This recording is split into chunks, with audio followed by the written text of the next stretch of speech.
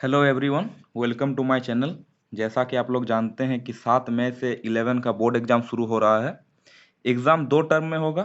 7 मई से first term होगा और उसके बाद आपका लास्ट जून तक आप लोग का सेकंड टर्म हो जाएगा।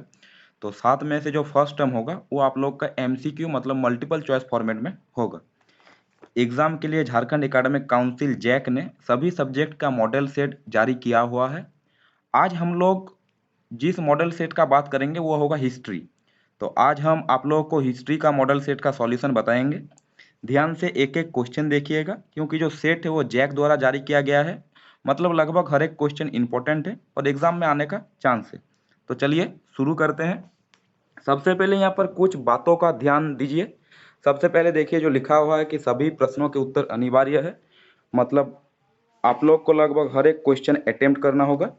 उसके बाद देखिए कुल 40 प्रश्न है, टोटल 40 क्वेश्चन रहेगा। प्रत्येक प्रश्न के लिए 1 अंक निर्धारित है। मतलब हर एक सही आंसर के लिए आप लोग को 1 अंक मिलेगा और गलत उत्तर के लिए अंक नहीं काटे जाएंगे। मतलब गलत उत्तर दे दिएगा इसके लिए जैसे कॉम्पिटिटिव में मार्क्स कटता है, लेकिन यहाँ नहीं कटेगा। तो चलिए शुरू करते हैं। हर एक क्वेश्चन इंपॉर्टेंट है, ध्यान से देखिएगा। सबसे पहले देखिए दिया हुआ है निम्नलिखित में से विश्व की प्राचीन सभ्यता कौन सी है। मतलब क्वेश्चन नंबर 1। यहाँ पर 4 ऑप्शन दिया हुआ है, मिस्र, चीन, सिंधु घाटी, मेसोपोटामिया। तो यहाँ पर आंसर हो जाएगा विश्व की सबसे प्राचीन सभ्यता मेसोपोटामियम है।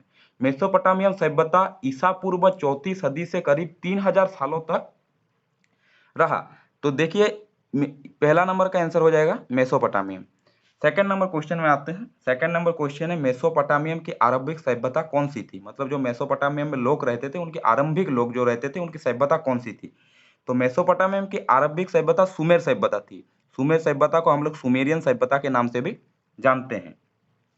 देखिए नंबर थर्ड क्वेश्चन, मेसोपोटामियम की सभ्यता किस नदी के किनारे विकसित हुई। तो देखिए मेसोपोटामियम की सभ्यता जो था वो चैप्टर अगर आप लोग पढ़े होंगे तो देखे होंगे पहला लाइन में ही दिया हुआ है कि मेसोपोटामियम की सभ्यता दजला और फरात 2 नदियों के बीच स्थित है।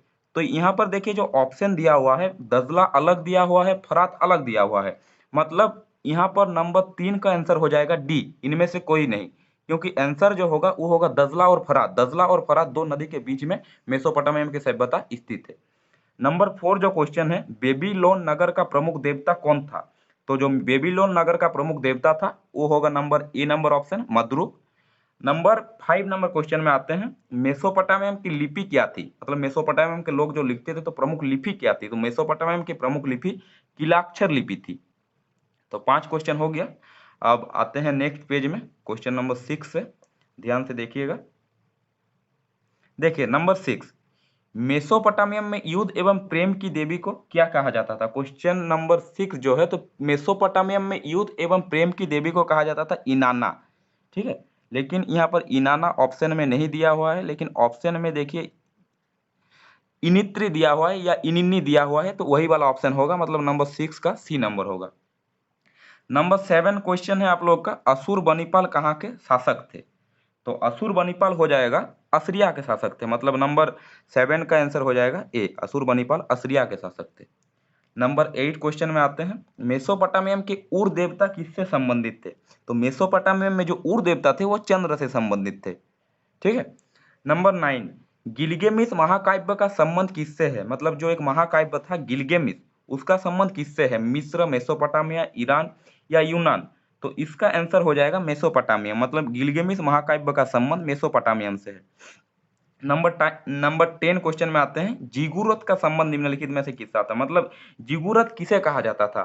तो जिगुरत मंदिर को कहा जाता था, इसलिए नंबर 10 का आंसर होगा नंबर ए। अब आते हैं नंबर 11 नंबर क्वेश्चन में, ध्यान से देखिएगा ये वाला क्वेश्चन। कौन सा साम्राज्य 3 महाद्वीप एशिया, यूरोप और अफ्रीका तक विस्तृत था। तो देखिए ये आंसर रोमन साम्राज्य भी होगा, क्योंकि हम लोग जानते हैं रोमन साम्राज्य भी तीनों महाद्वीप तक विस्तृत था, फैला हुआ था। और ईरानी साम्राज्य भी तीनों महाद्वीप तक फैला हुआ था। तो इसका आंसर हो जाएगा ऑप्शन नंबर सी, क्योंकि क्योंकि यहाँ पर दिया हुआ है ए और बी दोनों। तो 11 नंबर का आंसर हो जाएगा option number C. Question number 12 में आते हैं। 12 में दिया हुआ है, रोम किस नदी के किनारे बसा हुआ था। तो रोम टाइबर नदी के किनारे बसा हुआ था। क्वेश्चन नंबर 12 का आंसर हो जाएगा ए। 13 नंबर क्वेश्चन देखिए, रोम की आरंभिक निवासी किस प्रजाति के थे। जो रोम में जो आरंभिक निवासी रहते थे वो किस प्रजाति के थे। तो 13 नंबर का हो जाएगा एट्युस्कन, रोम के जो आरंभिक निवासी थे, प्रजाति थे, वो एट्युस्कन प्रजाति के थे। ठीक है, नेक्स्ट पे जाते हैं क्वेश्चन नंबर 14 से। अब देखिए, ये क्वेश्चन बहुत इंपॉर्टेंट है कि रोम का पहला सम्राट कौन था। तो रोम का पहला सम्राट था आपका ऑगस्टस सीजर। इसका और एक नाम है, देखिए ऑप्शन अगर देगा ऑगस्टस सीजर, नहीं देके अगर ऑक्टोबियन देगा तो आप लोग कंफ्यूज नहीं होइएगा, क्योंकि ऑगस्टस सीजर का ही नाम है ऑक्टोबियन। तो 14 का होगा बी। 15 नंबर है, कुस्तुनतुनिया नगर की स्थापना किसने की। तो इसका आंसर हो जाएगा कॉन्स्टेंटाइन ने। तो 15 का हो जाएगा बी। नंबर 16 में आते हैं, रोमन साम्राज्य का प्रसिद्ध चिकित्सक कौन था। चिकित्सक मतलब डॉक्टर। तो रोमन साम्राज्य का प्रसिद्ध चिकित्सक था गैलेन। नंबर 16 का बी। 17 नंबर क्वेश्चन में आते हैं, ग्लेडिटियर किन्हें कहा जाता था, मतलब उस टाइम ग्लेडिटियर किसे कहते थे। तो ग्लेडिटियर कहा जाता था योद्धा गुलाम पहलवानों को, मतलब जो गुलाम बनाया जाता था, जो पहलवानों को उनसे युद्ध कराया जाता था, तो उनको ग्लेडिटियर बोला जाता था। क्वेश्चन नंबर 18 में आते हैं। 18 में है, रोम साम्राज्य की मुख्य भाषा क्या थी। तो रोम साम्राज्य की मुख्य भाषा लैटिन थी। 19 ड्रेसल 20 क्या था, मतलब किसको ड्रेसल 20 बोला जाता था। तो मिट्टी का जो बर्तन होता था उसको ड्रेसल 20 बोला जाता था। 19 का हो जाएगा ए। 20 नंबर क्वेश्चन में आते हैं। 20 नंबर है, कोलेसियम क्या था। तो कोलेसियम एक अखाड़े का नाम था, एक अखाड़े का नाम कोलेसियम था। तो 20 का हो जाएगा सी। देखिए 21 से जो क्वेश्चन है वो इस्लाम का उदय एवं विस्तार चैप्टर से है, तो यहाँ से ध्यान से देखिएगा। पहला क्वेश्चन 21 का है, इस्लाम धर्म के संस्थापक कौन थे। तो इस्लाम धर्म के संस्थापक हजरत मोहम्मद थे। तो 21 का ए हो जाएगा। अब आते हैं नेक्स्ट पेज में।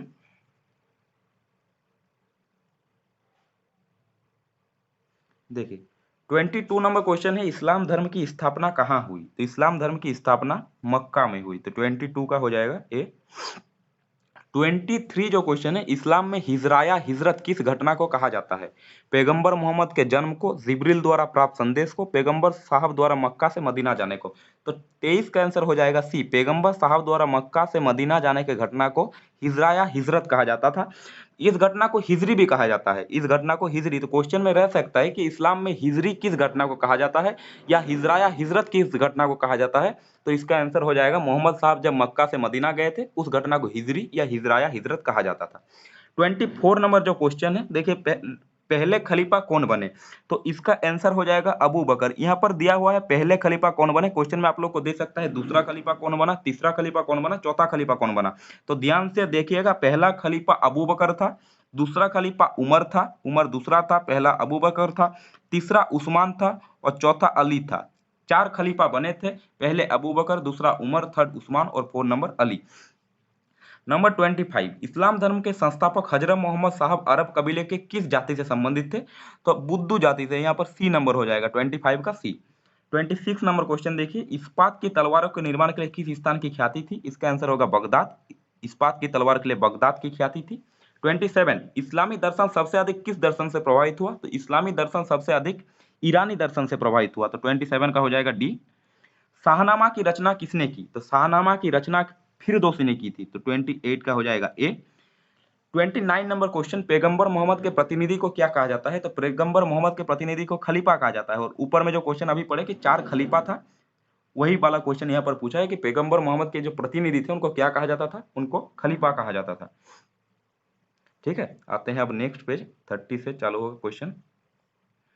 देखिए 30 नंबर क्वेश्चन ध्यान से देखिएगा, पैगंबर मोहम्मद की माता का नाम क्या था। तो पैगंबर मोहम्मद की माता का नाम अमीना था। तो 30 का हो जाएगा बी। लेकिन यहाँ पर देखिए ऑप्शन जो है वो सब ध्यान से देख लीजिए, क्योंकि पैगंबर मोहम्मद का यहाँ पर माता दिया है, लेकिन हो सकता है क्वेश्चन में पैगंबर मोहम्मद की बेटी का नाम भी पूछ सकता है।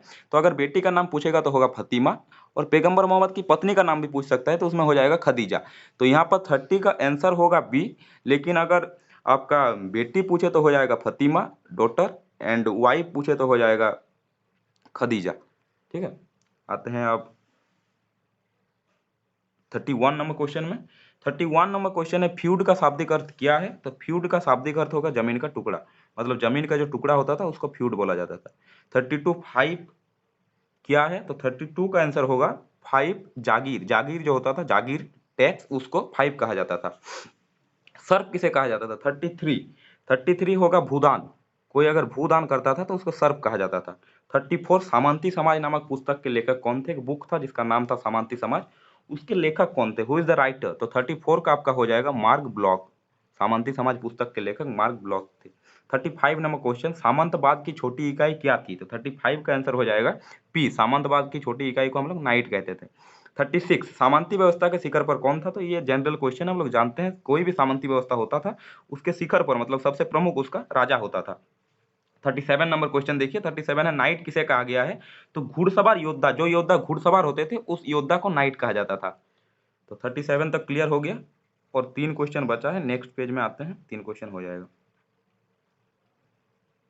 देखिए 38 बड़ी सामंत के घर को क्या कहा जाता था, तो बड़ी सामंत के घर को होगा मेनर, मेनर कहा जाता था।